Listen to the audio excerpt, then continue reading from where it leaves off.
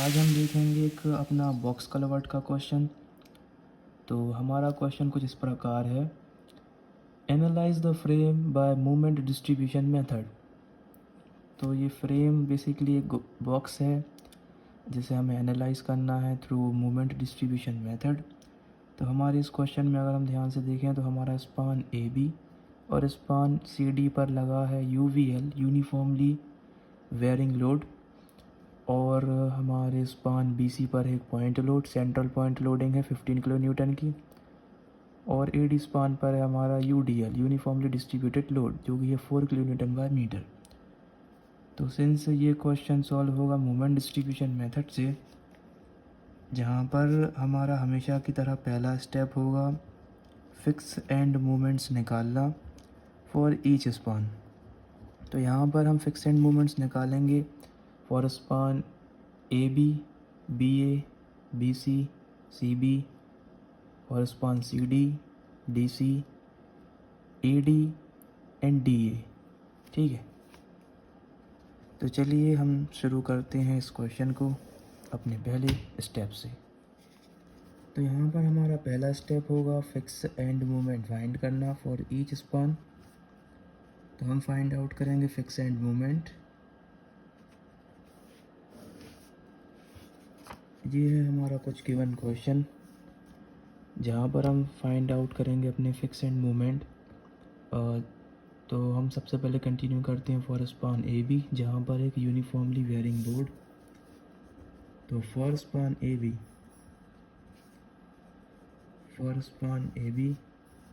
यहाँ पर एक यू वी एल। तो यहाँ पर fix end movement for A B, तो हमारा fix end movement for U V L A B, इसके लिए फॉर्मूला हो जाएगा minus W L square by 20 minus loading है 4 kilo newton by metre, length है हमारी यहाँ पर 5 metre, 5 square divide by 20 minus 4 into 25 divide by 20। तो fix end movement for A B की वैल्यू हमें मिलेगी -5 किलो न्यूटन मीटर। अब हम निकालते हैं fix end movement for B A. तो बी ए में बी ए के लिए जो फॉर्मूला होगा वो होगा plus W L square by 30 plus loading है 4, डिस्टेंस है 5 by 30, 4 into 25 divide by 30, 3.333 kilo newton metre.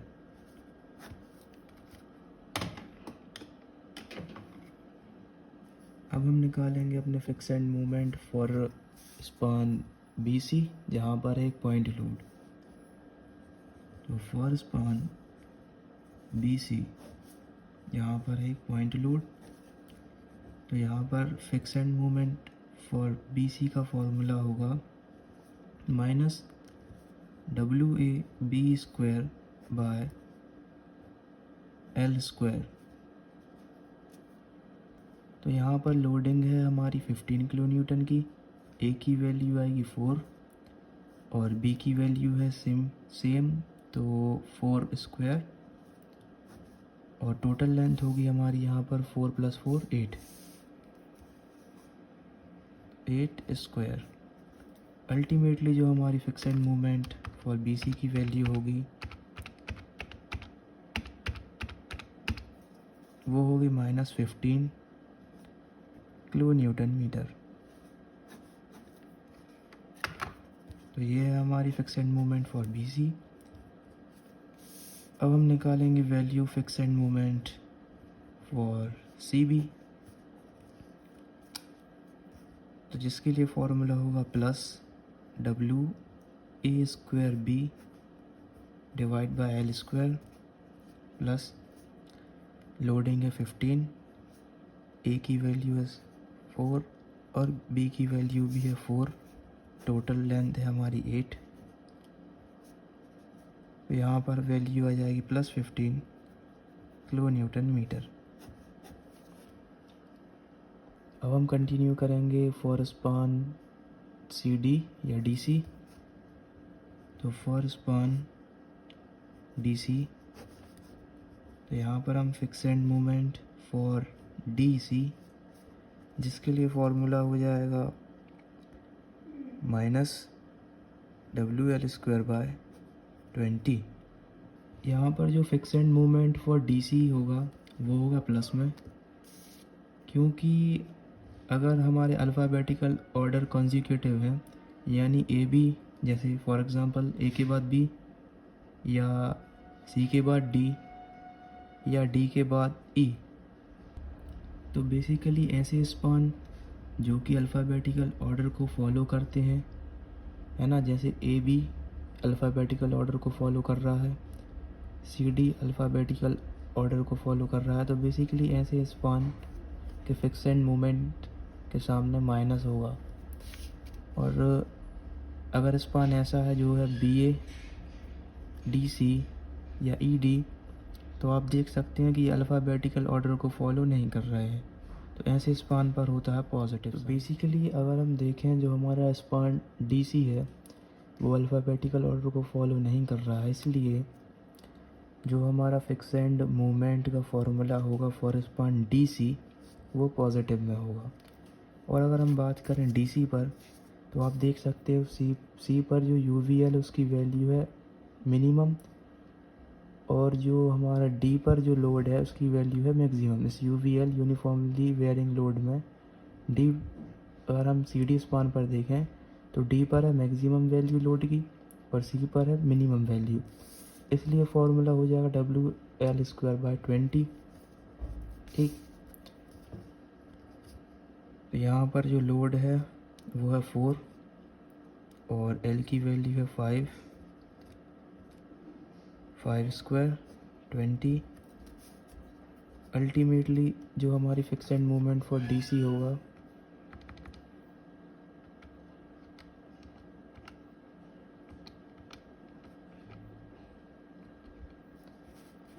वो होगा +5 किलो न्यूटन मीटर। ठीक,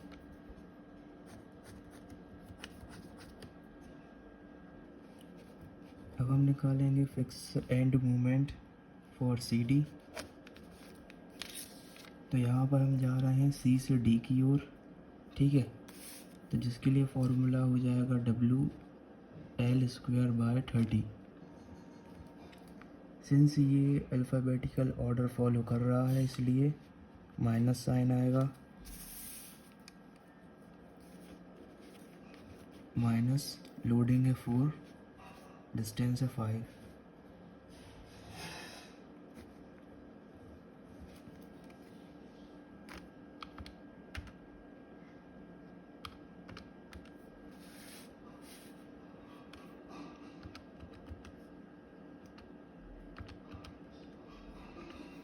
तो ये हो जाएगा -3.33। तो हमारी fix end movement for CD span की वैल्यू होगी -3.333 किलो न्यूटन मीटर।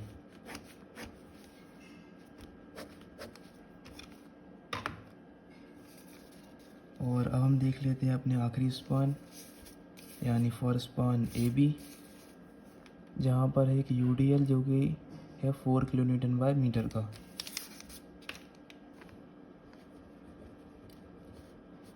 तो स्पान AD जहाँ पर है UDL, तो fix end moment for AD जिसका फॉर्मूला होगा +WL²/12।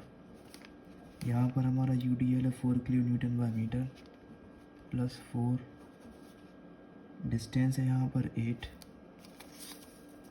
डिस्टेंस है यहाँ पर 8 का square by 12।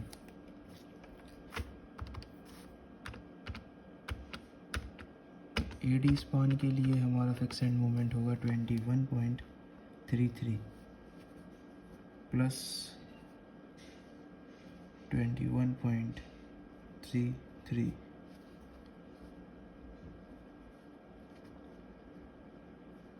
Kilo newton metre.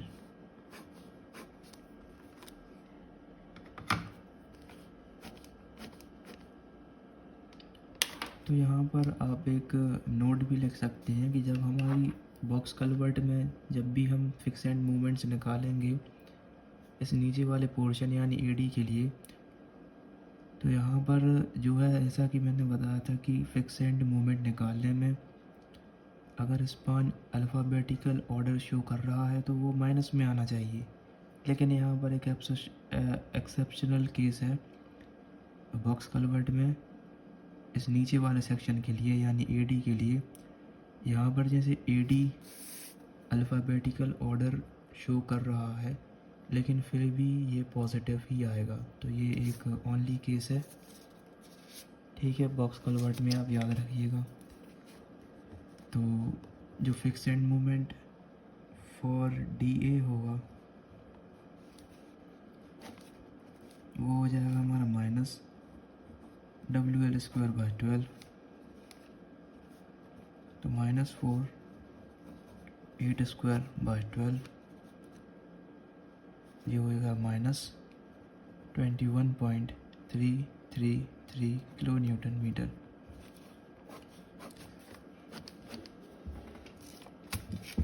इसी के साथ हमारा पहला स्टेप होता है ख़त्म। अब हम प्रोसीड करते हैं अपना दूसरा स्टेप, जहाँ पर हम निकालेंगे डिस्ट्रीब्यूशन फैक्टर।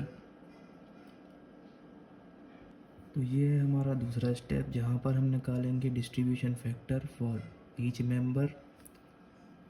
तो जहाँ पर हम फॉर्म करने वाले हैं डिस्ट्रीब्यूशन फैक्टर टेबल। यहाँ पर पहला कॉलम होगा serial number, then joint, then member, ये हो जाएगा relative stiffness, summation of relative stiffness, finally distribution factor. यहाँ पर अगर हम देखें बॉक्स कलवर्ट में बेसिकली हर एक पॉइंट एक जॉइंट है, तो यहाँ पर जो हमारे ओवरऑल जॉइंट हो की जो टोटल वैल्यू होगी ओवरऑल जॉइंट की वो है 4। ए भी एक जॉइंट है, बी भी है, सी भी है, डी भी है, तो हमारे पास है 4 जॉइंट। पहला जॉइंट है हमारे पास ए, ठीक है। तो ए जॉइंट के लिए जो मेंबर होगा वो होगा पहला ए बी, पहला मेंबर होगा ए बी, और ए जॉइंट के लिए दूसरा मेंबर होगा ए डी। सिमिलरली अगर हम देखें दूसरे जॉइंट यानी जॉइंट बी, तो जॉइंट बी के लिए जो हमारा पहला मेंबर होगा वो होगा बी ए, और जॉइंट बी के लिए जो हमारा दूसरा मेंबर होगा वो होगा बी सी।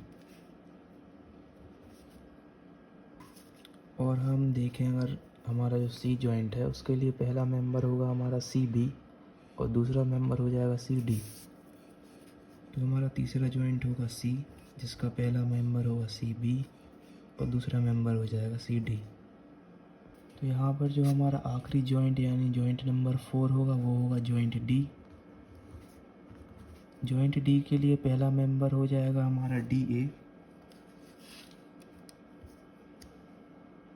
या फिर हम डी सी को भी पहले लिख सकते हैं और डी ए यहाँ पर, क्योंकि ये फिर पूरा एक साइकिल हो जाएगी, है ना। सिंस यहाँ पर जो हमारी कंडीशन बनेगी वो बनेगी इंटरमीडिएट जॉइंट या फिर कंटिन्यूस स्पान की, जिसके लिए रिलेटिव स्टिफनेस का फॉर्मूला होता है I/L। और दूसरी बात यहाँ पर जो EI है वो है कांस्टेंट। तो फॉर AB I/L, AD के लिए भी I/L, BA के लिए भी I/L, BC के लिए भी I/L, CB मेंबर के लिए भी I/L और हमारे CD मेंबर के लिए भी I/L। ठीक, और हम बात करें अपने मेंबर AB, तो मेंबर AB पर जो हमारी लेंथ है वो है 5 मीटर, ठीक। और अगर हम बात करें मेंबर ए डी, तो उस पर जो हमारी जो लेंथ है वो है 8 मीटर, तो I/8। And for member B A हमारी लेंथ है 5। And for member B C हमारी लेंथ है अगेन 8। और for member C B length है 8। और फॉर मेंबर सी डी हमारी लेंथ है 5 मीटर।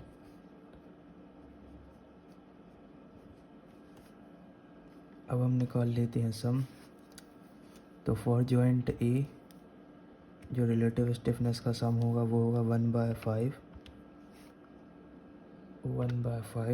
प्लस 1/8 जो कि होगा 0.325। And for member B, for joint B the summation of relative stiffness will be plus 1/8, same 0.325. For joint C the summation of relative stiffness will be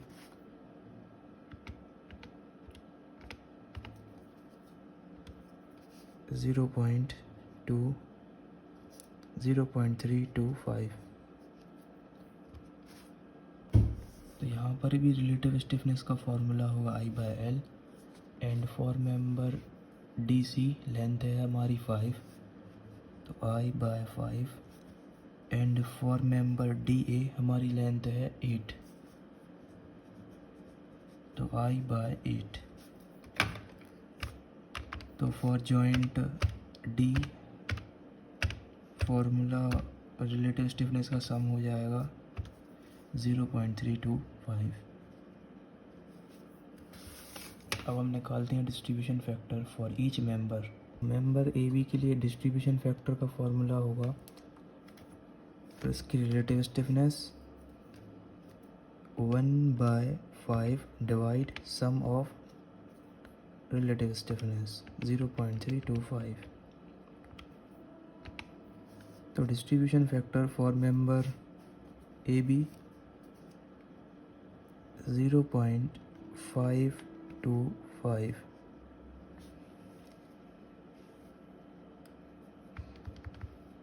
and for member A D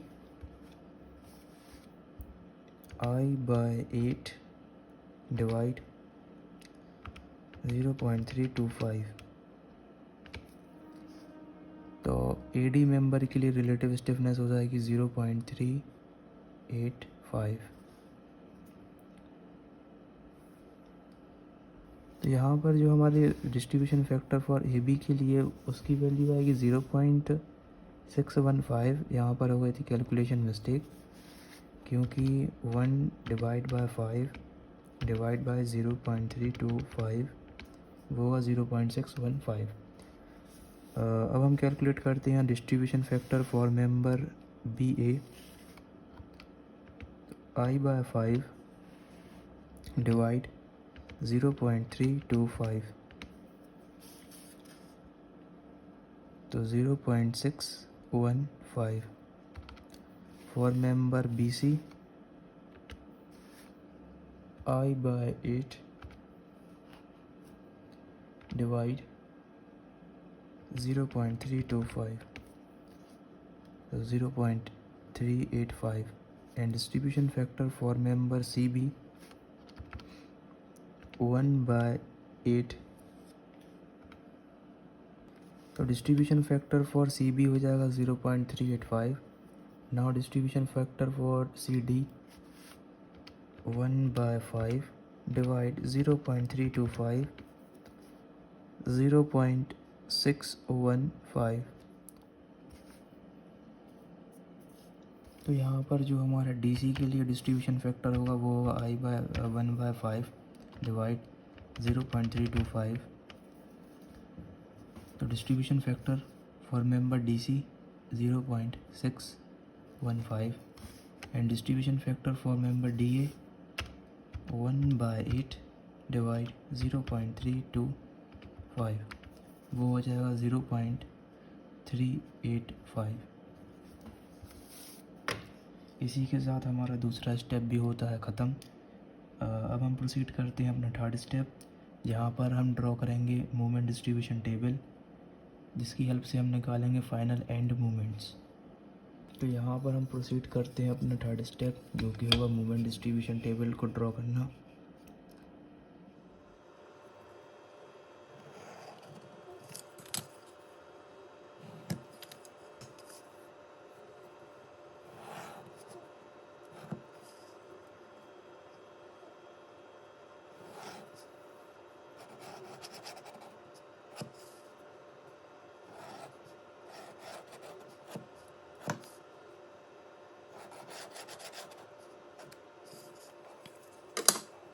तो ये होगा हमारा joint ए, joint B, joint सी और ये joint D. ठीक, यहाँ पर ये पोर्शन होगा A D, A B,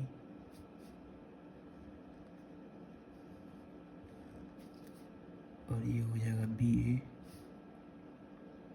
B C, C B, C D,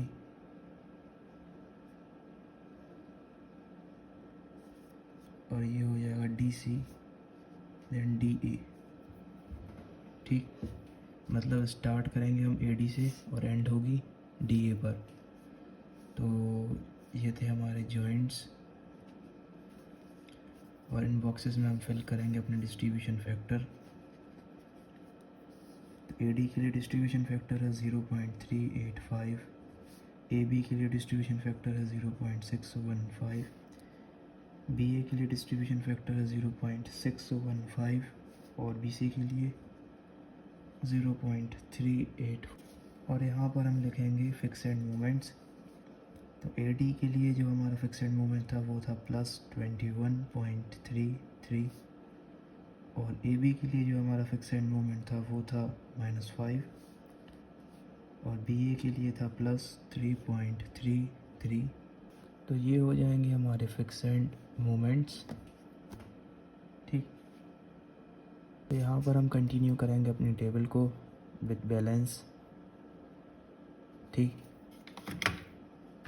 तो बैलेंस में सबसे पहले हम करेंगे इन दोनों को ऐड। तो +21.33 -5 इंटू करेंगे हम इसके साथ 0.385।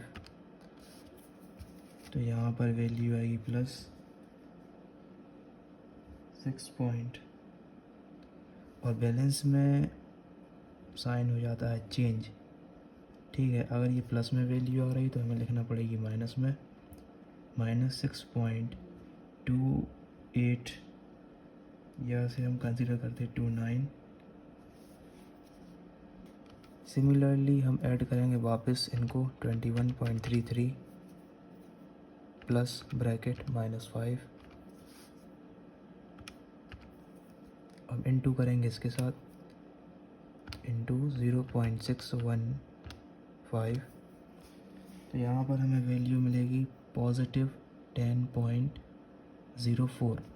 लेकिन बैलेंस में हम अगर कोई आंसर पॉजिटिव है तो उसके साथ करेंगे हम -1, मतलब बैलेंस में हम लिखते हैं साइन चेंज, इंटू -1 करेंगे बेसिकली।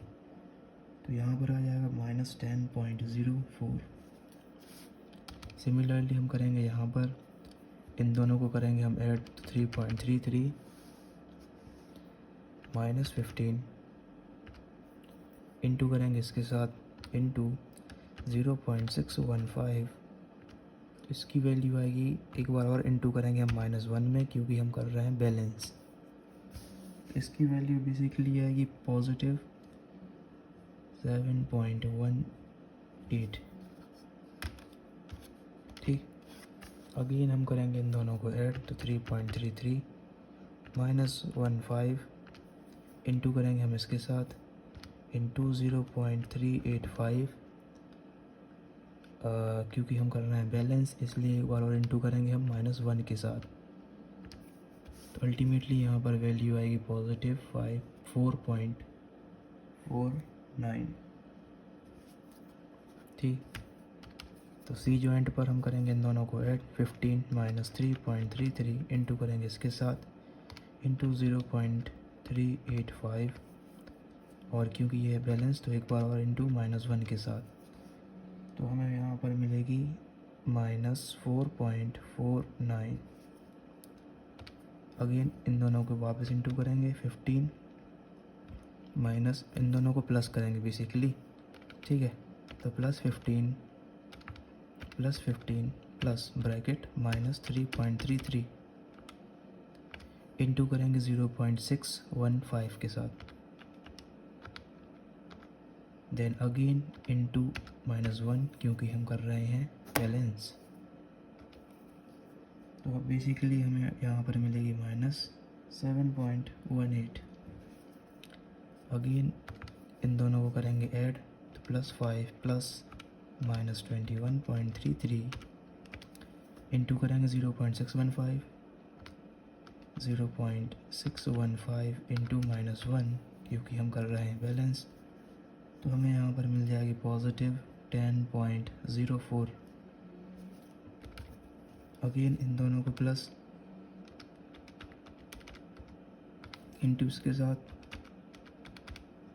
इंटू -1, यहाँ पर हमें मिलेगी पॉजिटिव 6.29। देन हम करेंगे कैरी ओवर हाफ। ठीक है, तो कैरी ओवर हाफ में बेसिकली इसका हाफ जाएगा यहाँ विथ साइन, इसका हाफ जाएगा विथ साइन। ये है माइनस में तो यहाँ भी माइनस, ये प्लस, ये प्लस। इसका हाफ जाएगा यहाँ, प्लस में है ये तो ये भी प्लस। ये इसका हाफ जाएगा यहाँ, इसका हाफ जाएगा यहाँ, इसका हाफ जाएगा यहाँ, और जो इसका हाफ है वो जाएगा यहाँ, ये आएगा पॉजिटिव में, और इसका हाफ जाएगा यहाँ। ठीक है, तो बेसिकली इसका हाफ लिखेंगे हम यहाँ पर, ये है माइनस में तो इसका हाफ हो जाएगा 6.29 डिवाइड बाई 2 -3.15। ये था पॉजिटिव में इसलिए यहाँ पर हम लिखेंगे पॉजिटिव में इसका हाफ। कैरी ओवर हाफ में साइन चेंज नहीं होता है। ठीक है, कैरी ओवर हाफ में साइन चेंज नहीं होता है। अब इसका हाफ लिखेंगे हम यहाँ, तो 7.13, इसलिए हमने पहले ही एज इट इज़ साइन उतार लिए थे सभी की।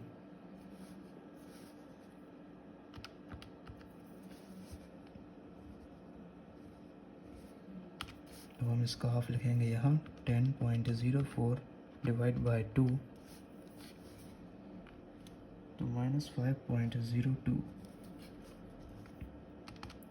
इसका हाफ लिखेंगे हम यहाँ, तो 4.49 डिवाइड बाई 2 2.25 और इसका भी सेम आएगा 2.25। ठीक है, बैलेंस में -1 करना होगा, लेकिन कैरी ओवर हाफ में -1 करने की कोई ज़रूरत नहीं है क्योंकि कैरी ओवर हाफ में हमारे साइन चेंज नहीं होते हैं, साइन हमारे एज इट इज़ ही रहते हैं। ठीक है, कैरी ओवर हाफ में साइन चेंज नहीं होते हैं।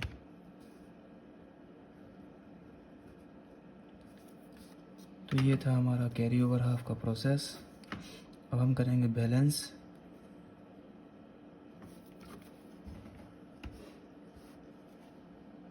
बैलेंस में अगेन इन दोनों वैल्यू को करेंगे हम ऐड, तो 3.15 प्लस 3.79। अब हम करेंगे इसे इंटू 0.385। तो क्योंकि ये है बैलेंस इसलिए अगेन इंटू -1 तो -2.59। ठीक, अगेन इन दोनों को करेंगे हम ऐड,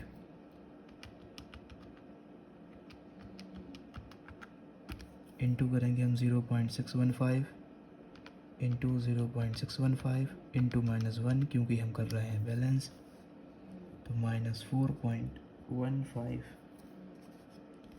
इन दोनों को करेंगे ऐड, तो -5.20 -2.25 इंटू करेंगे हम इसके साथ 0.615 इंटू -1 4.49 इन दोनों को करेंगे हम वापस ऐड, तो -5.02 -2.25 इंटू करेंगे हम इसके साथ, तो इंटू 0.385 इंटू -1, तो हमें यहाँ पे मिलेगी पॉजिटिव वैल्यू, पॉजिटिव 2.80।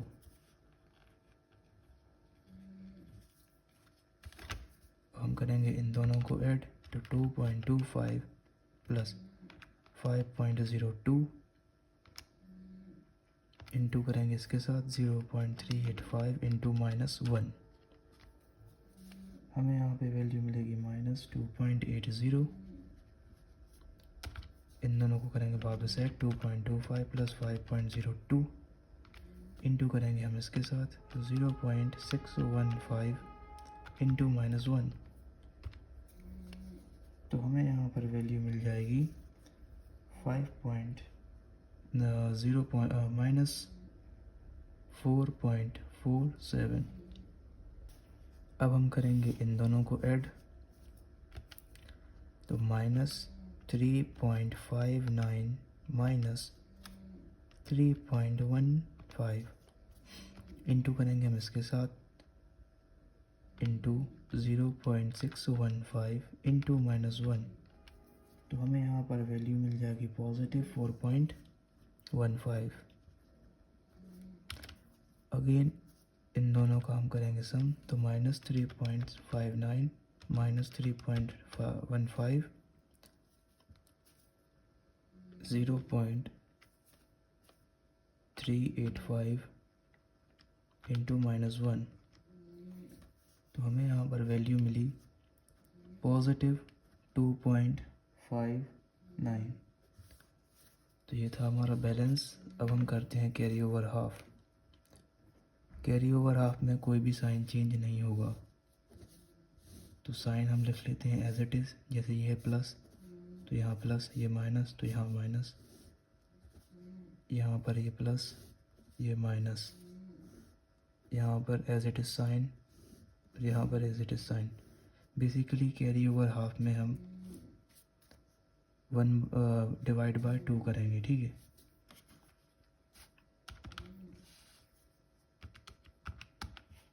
तो फाइनली यहाँ पर हमारी वैल्यूज़ आ चुकी हैं सिमिलर, तो हम कैलकुलेट कर सकते हैं अपने फाइनल एंड मोमेंट्स। तो बेसिकली हम पूरी रो को करेंगे ऐड,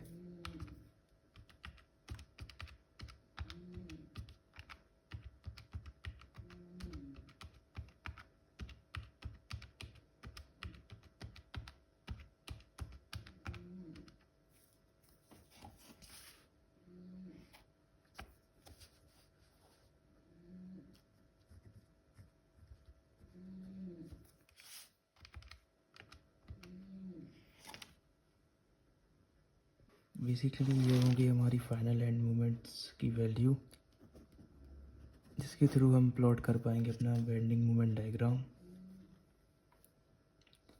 थैंक्स फॉर वॉचिंग।